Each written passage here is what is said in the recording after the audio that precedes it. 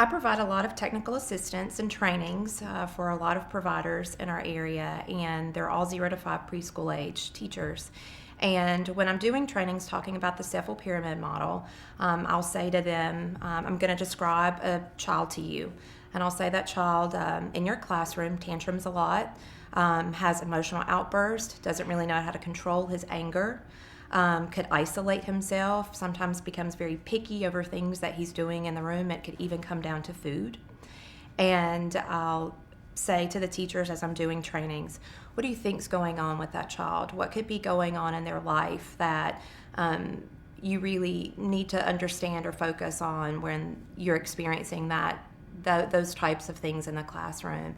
And they'll say to me, oh, well, I think that he's a brat. Or maybe he could potentially be going through some medical issues and the parents or guardians haven't discovered it yet. Or maybe going through separation and divorce in the home and just doesn't really know how to control those emotions. And then I look at them and say, well, that's my son. When he was 3, suffered from ecoli, ended up being sick for well over a month and in a hospital in North Carolina, and suffered from complete renal failure and was on dialysis for 2 weeks and had to undergo 2 different surgeries. And because of that experience for him, he is afraid of all medical related experiences, and because he suffered from the E. coli and he knows that it's bacteria and relates it back to food, he also has very high anxiety with restaurants, social situations, germs, and those types of things. And what we started to see from 3 years old to 7 years old is that he what looked like tantruming to us was actually panic attacks, emotional outbursts, having no way to self-regulate. And so we really thought, what's wrong with our child, to the point where we got to tears. So as a parent, I was confused and devastated and just decided that we needed help. With the help of other people, we started using the cephal pyramid model, and we used the feeling faces, where we actually just very simply cut them out, put them in something that he could keep by his bedside table at night, and we talk about them and go through the faces about just making sure that he understands what those faces look like, what they mean, the emotional vocabulary part, because that was one big thing for Parker, is that he did not have the emotional vocabulary to tell us how he was feeling.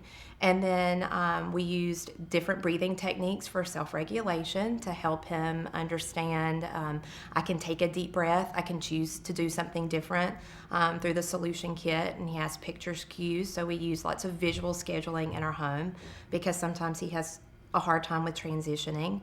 And we also used the relaxation, the thermometer with him, and he had an opportunity where he could make several different thermometers on his own and, gauge, okay, these are what the colors mean. The smiley face is at the green, so it's happy, it's calm. The red means I'm angry, I need to think through it, I need to take a moment and breathe, I need a new solution.